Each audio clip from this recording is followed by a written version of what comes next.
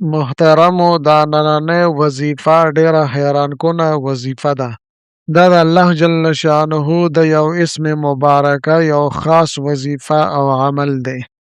دومره پر تاثیره او دومره طاقتور عمل او وظیفه ده چې انشاءالله تعالی د ستاسو څه قسمه حاجات وي، تمناګانې وي، یا سم مشکل کې او پریشانه کې تاسو راګیر یئ، د ستا یو کار دی په هغې کې بندش دی، په هغې کې رکاوټ دی، د الله جل شانه په فضل و کرم سره به د ستاسو دغه حاجتونه، دغه تمناګانې او دغه جایز خواهشات الله جل شانه پوره کړي.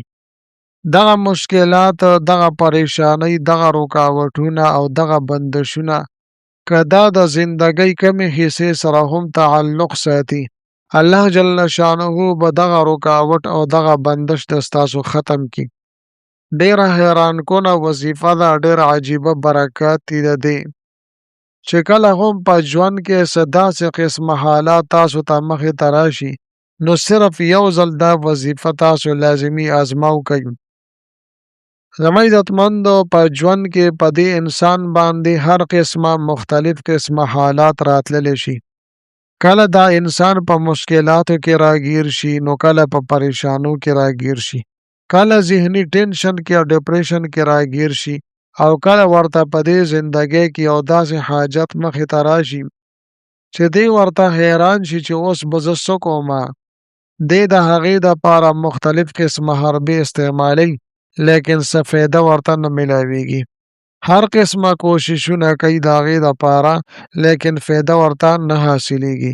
زما عزتمندو، هر قسمه اختیاري تدابیر دا به مونږ اختیارو، د دې دپاره به محنتونه کو، کوششونه به هم کوو، لیکن دې سره به مونږ او تاسو د الله جل شانه نه دعاګانې غواړو، د الله جل شانه نه به سوالونه کوو، ځکه چې دا د هر مسلمان شان دی چې الله جل شانه طرف ته به متوجه کیږي. زما عزتمندو، دا نننۍ وظیفه ډیره پر تاثیره وظیفه ده. دا د الله جل شانه د نوم وظیفه ده، او بیا زما عزتمندو دې سره 2 رکعاته نفل کول دي.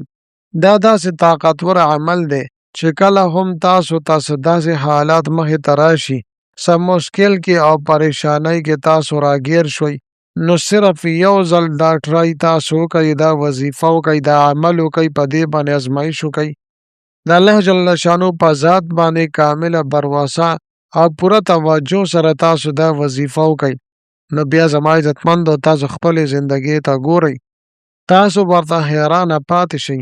الله جل شانه به د ستاسو په ژوند کې عظیم الشان انقلابات راولي.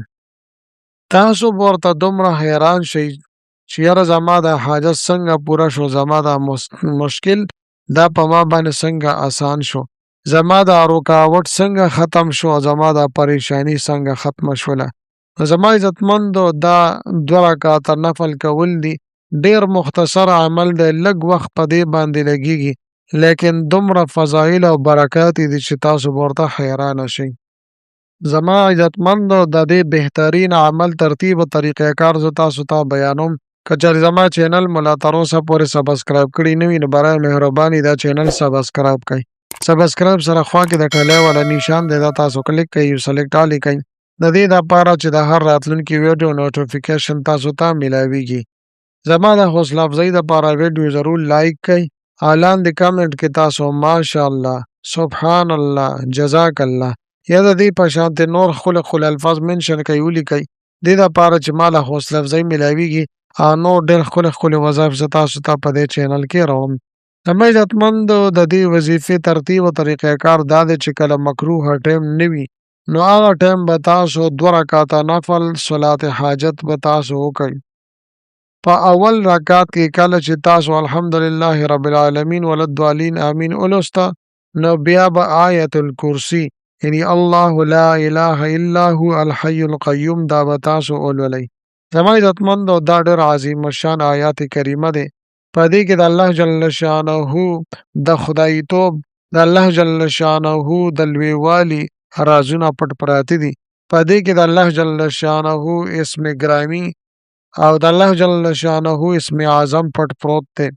نو یو پیره به تاسو دا ولولئ، دغه رنګې کله چې تاسو دویم رکعت ته راپاڅئ نو بیا به په دویم رکعت کې کله چې ولضالین آمین تاسو ولوستو نو بیا به ورپسې قل هو الله احد یعنې سورة الاخلاص دا به تاسو ولولئ.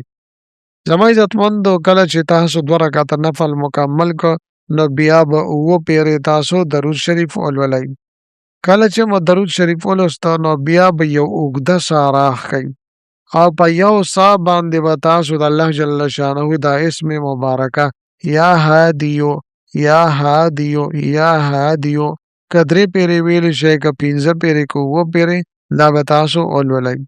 د دې دپاره څه خاص عدد مقرر نشته، بس شرط دا دی چې په یو ساه باندې به تاسو لولئ او بیا به د دې نه بس سجدې ته لاړ شئ.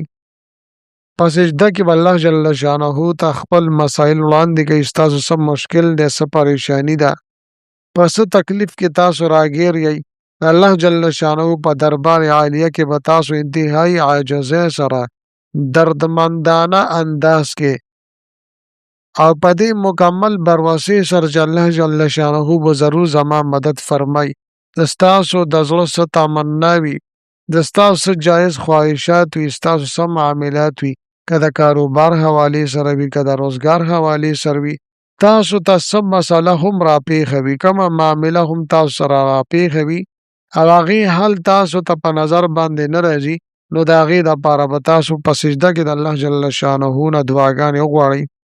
انشاءالله تعالی ضرور به الله جل شانه د ستاسو مدد فرمای او بیا به د سجدې نه سر راوچت کئ، بیا به 7 پیرې 100 مرتبه به تاسو درود شریف ولولئ.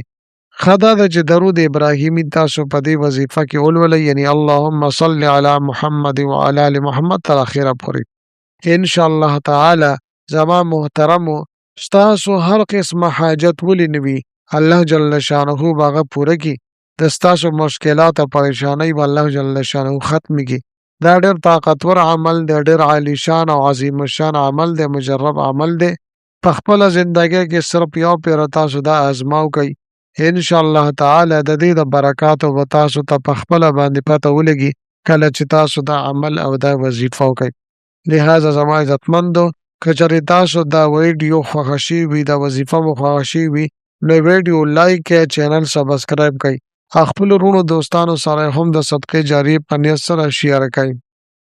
زما عزتمندو که چېرې تاسو ما سره رابطه کول غواړئ نو زما په واټساپ نمبر باندې تاسو ما سره رابطه کولی شئ.